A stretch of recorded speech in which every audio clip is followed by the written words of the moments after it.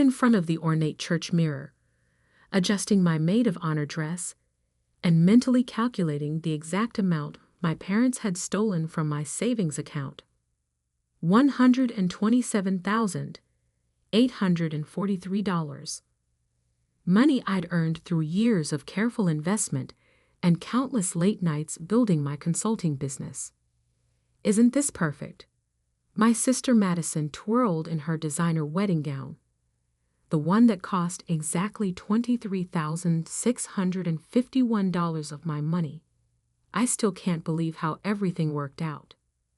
Meeting James at that charity gala, and now here we are. I forced a smile, remembering the real story of how she met my business partner. The story she didn't know. Yes, I replied softly. Everything worked out exactly as planned.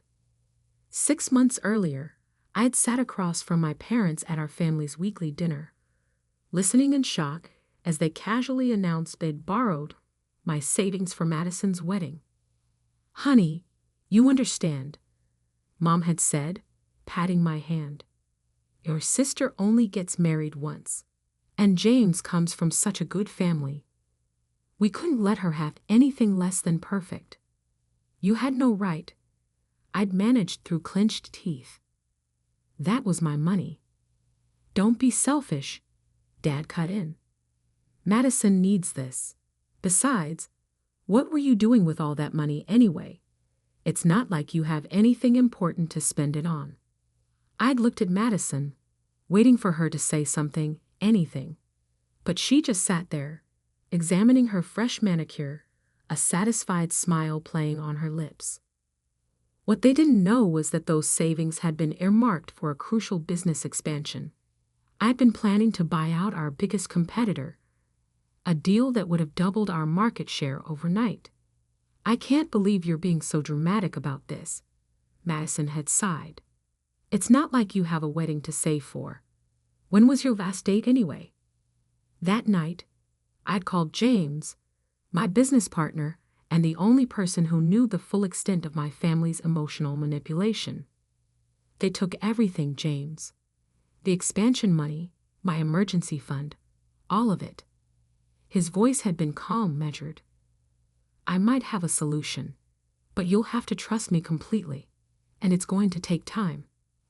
"I trust you," I'd said without hesitation.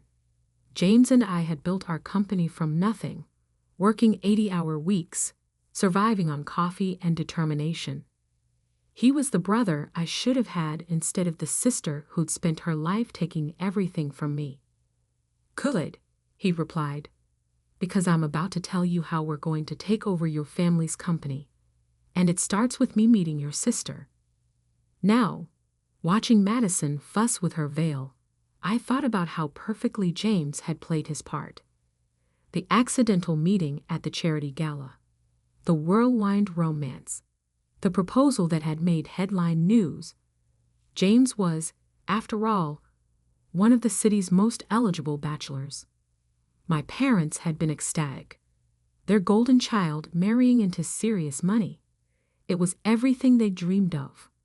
If only they knew that James's real value wasn't in his personal wealth, but in his shares of our company, Monarch Consulting. Shares that, combined with mine, would give us controlling interest in Anderson and Sons, my family's century-old business, once the merger papers were signed tomorrow morning. "Sarah?" Madison's voice pulled me from my thoughts. Earth to Sarah. "Mom wants to know if you've got the marriage license. She said she gave it to you for safekeeping." I patted my purse, feeling the weight of the envelope inside. "Got it right here." What I didn't mention was that nestled beside it was another envelope, one containing merger documents that would transfer control of Anderson and Sons to Monarch Consulting the moment Madison and James said, "I do." A knock at the door interrupted us. Mom bustled in, already dabbing at her eyes with a monogrammed handkerchief. "Oh, my beautiful girls." She hugged Madison carefully, mindful of the expensive dress. Then she turned to me, her smile faltering slightly. "Sarah, dear, couldn't you have done something more with your hair? This is your sister's big day." I touched my elegant chignon, the one that had cost $200 at the best salon in town. "It's fine, Mom." "Well, at least you're not completely overshadowing your sister's moment," she sighed. "Though that dress is a bit much, don't you think?" I glanced down at the designer gown I'd chosen specifically because it was more expensive than Madison's.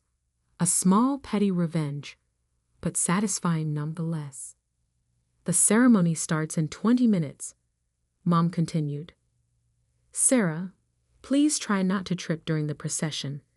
And remember to smile. None of those serious business expressions you always wear." After she left, Madison turned to me, her face suddenly serious. "You are happy for me, aren't you, Sarah? I know you and James worked together, and maybe you had a little crush on him." I cut her off with a laugh. "Trust me, Madison. James is exactly where he's supposed to be." My phone buzzed. A text from James. "Everything ready?" "All set," I replied. "See you at the altar." Madison was fixing her makeup one last time when Dad came in. "Princess, it's time." He turned to me. "Sarah, don't forget your part. Simple and dignified, remember?" I nodded, thinking of the other role I'd be playing today, the one that would change everything. As the wedding coordinator lined us up, I felt the weight of both envelopes in my purse. One would make my sister Mrs. James Porter. The other would make me CEO of Anderson and Sons. The organ music began, its triumphant notes filling the massive church. I stepped into line behind the bridesmaids, a small smile playing on my lips. "Ready?" the coordinator whispered. More than ready. I'd been preparing for this moment for 6 months. The doors opened, and I began my walk down the aisle, past hundreds of guests who had no idea they were about to witness not just a wedding, but a corporate takeover. At the altar, James stood tall and handsome in his tuxedo. He caught my eye and gave me the slightest of nods. Showtime. The ceremony proceeded like a perfectly choreographed dance. Madison floated down the aisle on Dad's arm, guests murmuring appreciatively at her designer gown. In the front row, Mom dabbed at her eyes with her handkerchief, the massive diamond rings on her fingers catching the light. Rings bought with profits from the company I was about to take over. When the minister asked for the marriage license, I opened my purse with steady hands. For a moment, I held both envelopes, one containing the license, the other holding the merger documents James had already signed.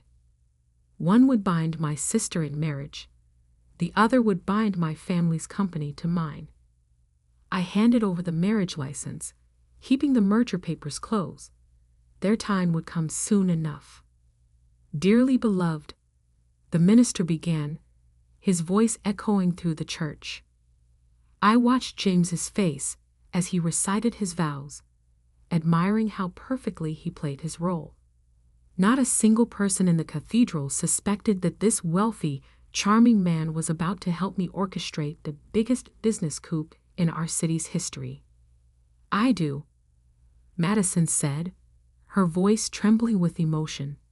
If only she knew what those words would really set in motion. As James slipped the platinum band onto Madison's finger, I felt my phone vibrate silently in my purse. Right on schedule, our lawyers confirming that everything was in place. At the reception, I stood to deliver my maid of honor speech. The ballroom of the Ritz-Carlton sparkled with expensive decorations, all paid for with my stolen savings.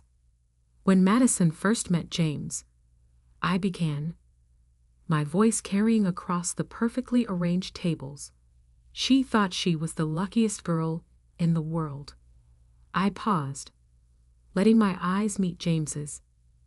Little did she know just how special their connection would truly be. The crowd chuckled, interpreting my words as sisterly affection. Only James understood their real meaning. As I sat down, Dad stood up, champagne glass in hand. Today isn't just about joining two people in marriage, he'd announced proudly.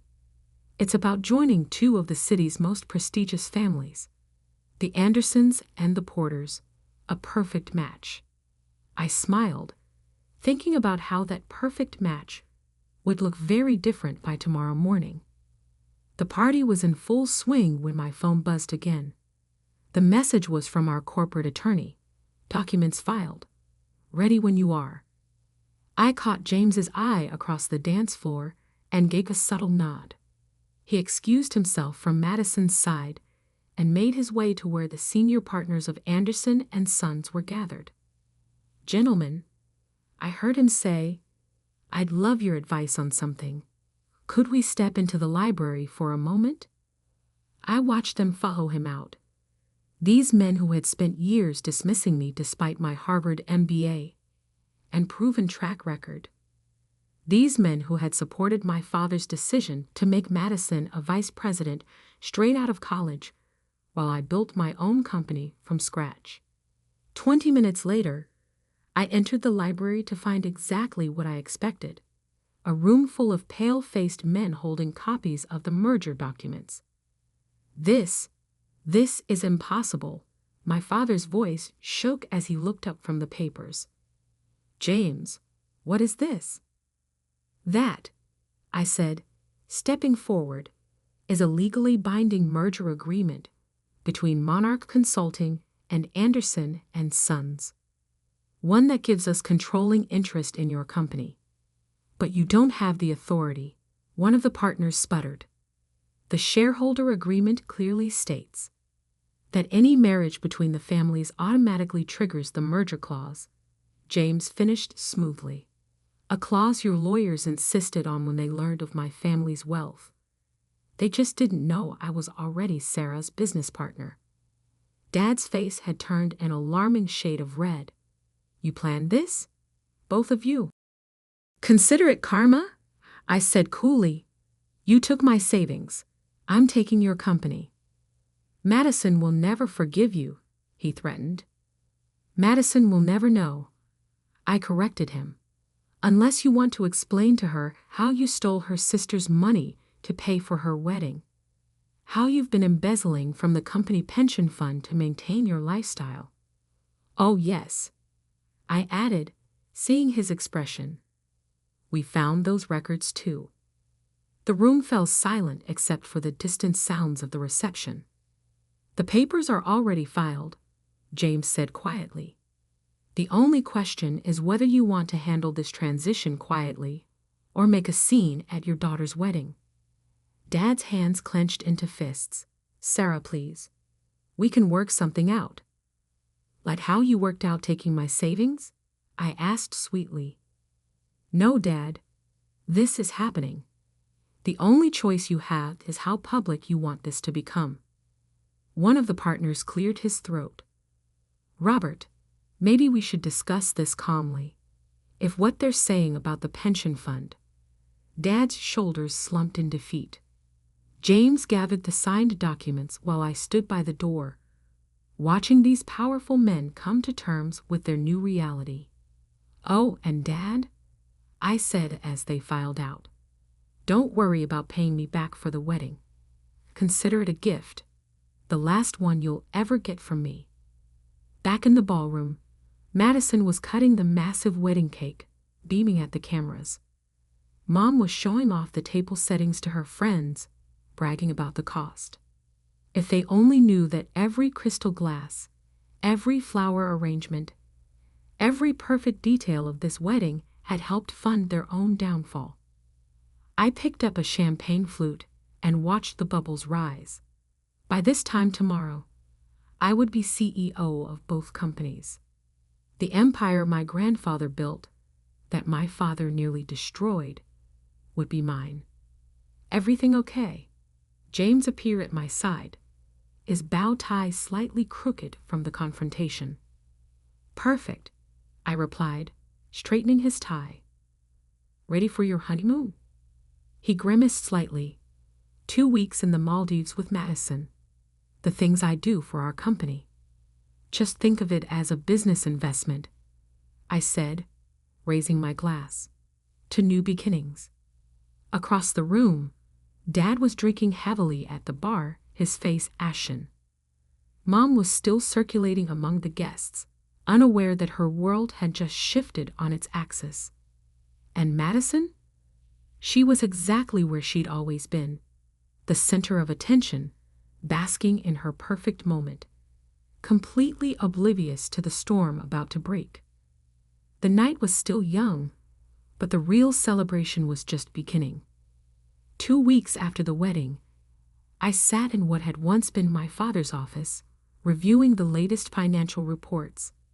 The view of the city skyline was exactly as I remembered from childhood visits, but everything else had changed. The heavy oak desk where Dad had once dismissed my business ideas was now mine. The wall of photos showing him with celebrities and politicians had been replaced with our company's new vision statement and organizational chart. My phone buzzed. A text from James. Just landed. Heading to the office. Madison's still mad. I'm cutting the honeymoon short for work. I smiled, remembering Madison's Instagram posts from the Maldives. Endless selfies of her living her best life. Completely unaware that her new husband had spent most of the trip on conference calls, helping me restructure both companies. A knock at my door interrupted my thoughts. Come in. Mom entered, looking smaller somehow without her usual designer outfit and perfectly coiffed hair. Sarah, we need to talk. I gestured to the chair across from me. The same chair where I'd once sat as Dad lectured me about practical career choices. How could you do this to your own family? She demanded, but her voice lacked its usual authority. Interesting, I said, opening a folder on my desk. That's exactly what I wondered when I saw these bank statements. Care to explain why you and Dad withdrew $127,843 from my account without permission? That was different. It was for your sister's wedding. No, I corrected her calmly. It was theft. Just like Dad's creative accounting with the pension fund was theft. The only difference is, I found a legal way to take back what's mine. By tricking your sister, using James to what? Give her exactly what she wanted. A wealthy husband, a dream wedding, a luxury honeymoon. I leaned forward. Madison got everything she ever wanted. The fact that it helped me get what I wanted to is just good business. Mom's eyes filled with tears. Your father hasn't slept in days.